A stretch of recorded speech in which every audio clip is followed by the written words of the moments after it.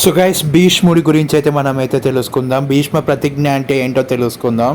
So Hastinapura రాజ్యంలో శంతనుడు అనే మహారాజు ఉండేవాడు. ఆయన పరాక్రమశాలి, ప్రజల పట్ల కరుణాశీలుడు. శాంతనునికి గంగాదేవితో వివాహం జరిగింది. వారికి దేవవ్రతుడు అనే కుమారుడైతే జన్మించాడు. ఈ దేవవ్రతుడు తరువాత భీష్ముడయ్యాడు. ఆయన చిన్న వయసులో వేదాలు, శాస్త్రాలు, దండనీతులు, శాస్త్ర విద్యలో ప్రావీణ్యం చాలా అంటే చాలా ఎక్కువగా సంపాదించాడు. రాజ్యం పాలించే అర్హత ఆయనకు బాగా ఉన్నది. శంతనుడు ఒకరోజు వేటకు వెళ్ళి గంగా తీరం వద్ద ఒక అద్భుతమైన స్త్రీని చూశాడు. ఆమె పేరు సత్యవతి. సత్యవతి మత్స్యకారుని కుమార్తె. ఆమె రూపం, గుణం చూసి శాంతనుడు ఆమెతో పెళ్లి చేయాలని కోరాడు. కానీ సత్యవతి తండ్రి ఒక షరతు పెట్టాడు. నా కుమార్తెకు పుట్టే పిల్లలే హస్తినాపురానికి వారసులై ఉండాలి అని అతనైతే చెప్పాడు. ఈ మాట విని శాంతనుడు దిగులు పడ్డాడు. ఎందుకంటే ఆయనకు ఇప్పటికే దేవవ్రతుడు అనే కుమారుడు ఉన్నాడు. ఆయననే రాజ్యం యొక్క వారసుడు అని అయితే అతను ఆలోచించాడు. ఆ పరిస్థితిలో ఆయన పరిస్థితిలో ఏం చేశాడంటే చాలా దిగులైతే చెందాడు. ఎందుకంటే ఆ పరిస్థితిలో సత్యవతిని వివాహం చేసుకోవడం అసాధ్యం అనిపించింది. రాజు దుఃఖంతో తిరిగి వచ్చాడు. ఈ విషయం తెలిసిన దేవవ్రతుడు తండ్రి కోసం ఏదైనా చేస్తానని నిర్ణయించుకున్నాడు.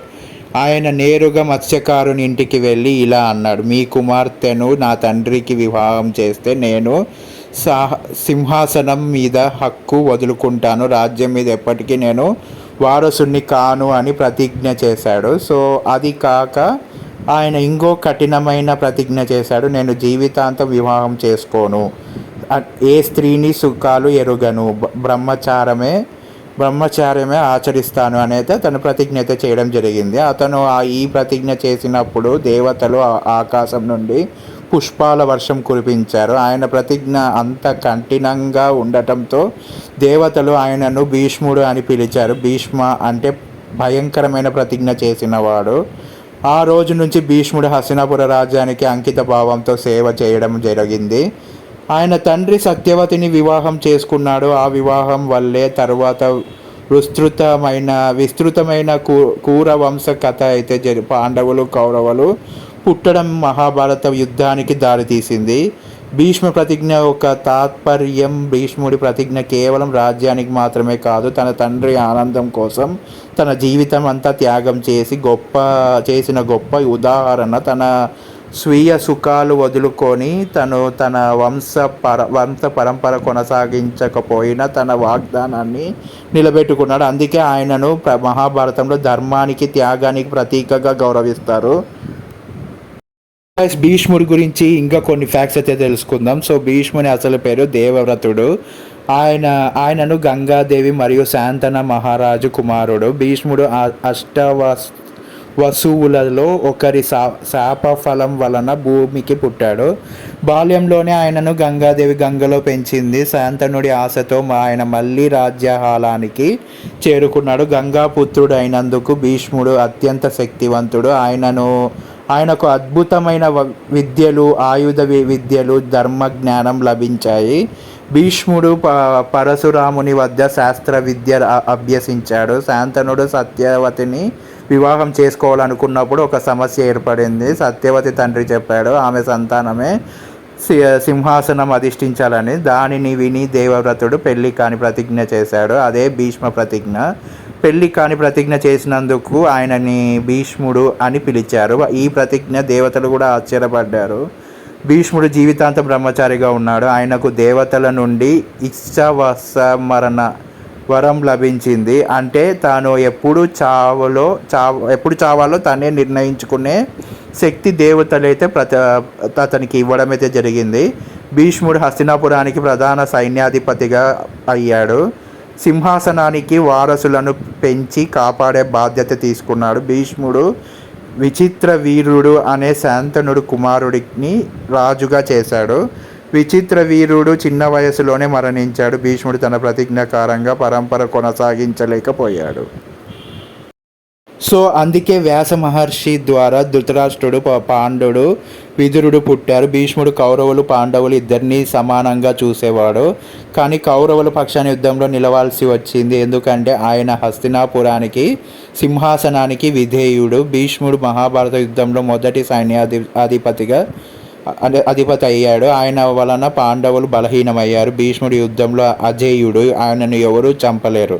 శ్రీకృష్ణుడు పాండవులకు భీష్ముని చంపే రహస్యం చెప్పారు.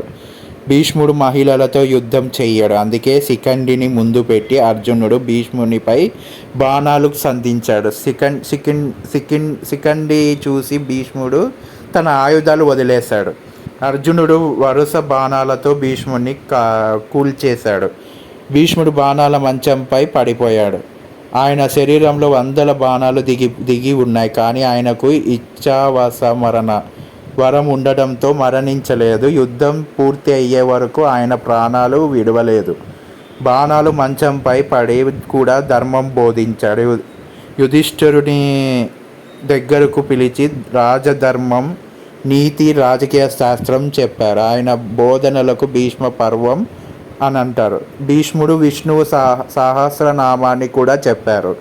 ఆయన ఆ బోధనలు మహాభారతాన్ని హృదయం అని చెప్పబడ్డాయి. భీష్ముడు తన మరణ సమయాన్ని ఉత్తరామణ పుణ్యకాలంలో ఎంచుకున్నాడు. అప్పుడు మాత్రమే ప్రాణాలు విడిచాడు. భీష్ముడు మరణం మహాభారత యుద్ధానికి ప్రధాన మలుపు. భీష్ముడు నిజమైన భక్తుడు, కర్తవ్యనిష్ఠుడు. ఆయన భక్తి శ్రద్ధలతో నిండిన వ్యక్తి. భీష్ముడు తన ప్రతిజ్ఞను చివరి శ్వాస వరకు నిలబెట్టుకున్నాడు. ఆయన అందరూ పితామహుడు అని పిలిచారు ఆయనను. భీష్ముడు తనను తాను త్యాగానికి ప్రతీకగా నిలబెట్టుకున్నాడు. ఆయన సత్యానికి, విధేయతకు ప్రతీక. యుద్ధంలో తన ప్రతిభను కట్టడి చేయడం కూడా ఆయనే చేశాడు. భీష్ముడు శాంతతత్వం కలవాడు. సో తన శక్తితో పాండవులను అంతం చేయగలిగినా అలా చేయలేదు. ఆయనకు ధర్మంపై అచంచలమైన విశ్వాసం అయితే ఉంది. శ్రీకృష్ణుడు కూడా భీష్ముడిని అత్యంత బాగా గౌరవించడం అయితే జరిగింది.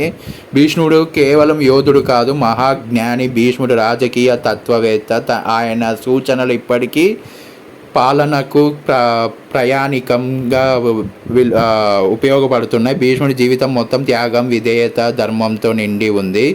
ఆయన మహాభారతంలో అజరామరమైన పాత్ర వేశాడు. ఆయన ప్రతిజ్ఞలు, బోధనలు మానవ జాతికి మార్గదర్శకం. భీష్ముడు మరణించిన తర్వాత కూడా గౌరవింపబడుతున్నాడు. ఆయన వీరులలో శ్రేష్ఠుడిగా పూజిస్తారు. సో గైస్, ఈ భీష్ముడి గురించి, భీష్మ ప్రతిజ్ఞ అంటే ఏంటో తెలుసుకున్నారు కదా. సో ఈ వీడియో కనుక నచ్చినట్టయితే ఖచ్చితంగా లైక్ చేయండి, మర్చిపోకుండా ప్రతి ఒక్కరికి షేర్ చేయండి, అండ్ కామెంట్ చేయండి ఎలా ఉంది ఈ వీడియో అనేది. And dream boys 94 channel subscribe చేసుకొని బెల్ ఐకాన్ క్లిక్ చేసి ఆల్లో పెట్టుకోండి. నేను మిమ్మల్ని నెక్స్ట్ వీడియోలో కలుస్తాను. This is Karthik signing off. జై హింద్. Bye guys.